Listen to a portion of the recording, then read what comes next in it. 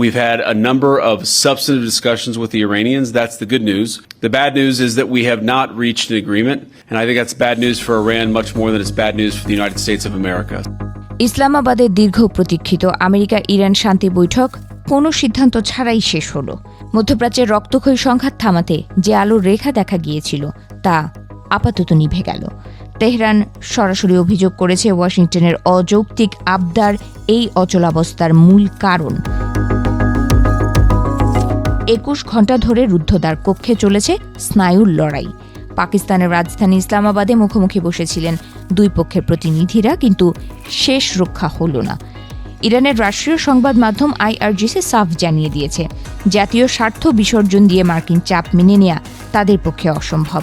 তারা বলছেন, দীর্ঘ এবং নিবিড় আলোচনার পরও আমেরিকার একগুঁয়েমির কারণেই ভেস্তে গেছে সব উদ্যোগ। অন্যদিকে মার্কিন ভাইস প্রেসিডেন্ট জেরি ভ্যান্সের কণ্ঠে শোনা গেছে প্রচ্ছন্ন হুঁশিয়ারি। আলোচনার টেবিল ছাড়ার আগে তিনি সাফ জানিয়ে দেন, আমেরিকা তারা সেরা এবং শেষ অফার দিয়ে দিয়েছে। এখন বল ইরানের কোর্টে।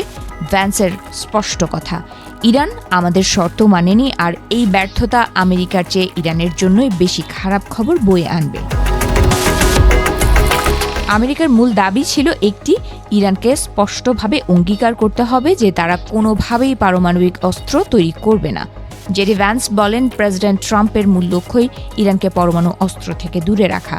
আমরা আমাদের রেড লাইন স্পষ্ট করে দিয়েছি, তবে তেহরানের দাবি নিরাপত্তার নামে তাদের সার্বভৌমত্বের ওপর আঘাত হানছে ওয়াশিংটন। ১৯৭৯ সালের ইসলামিক বিপ্লবের পর এই প্রথম দুই দেশ সর্বোচ্চ পর্যায়ের সরাসরি বৈঠকে বসেছিল।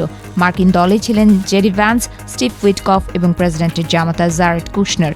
অন্যদিকে ইরানের হয়ে হাল ধরেছিলেন পার্লামেন্ট স্পিকার মোহাম্মদ বাগের গালিবাফ এবং পররাষ্ট্রমন্ত্রী আব্বাস আরাকচি। ২৮ ফেব্রুয়ারি থেকে মধ্যপ্রাচ্যের আকাশ বারুদের গন্ধে ভারী হয়ে উঠেছে।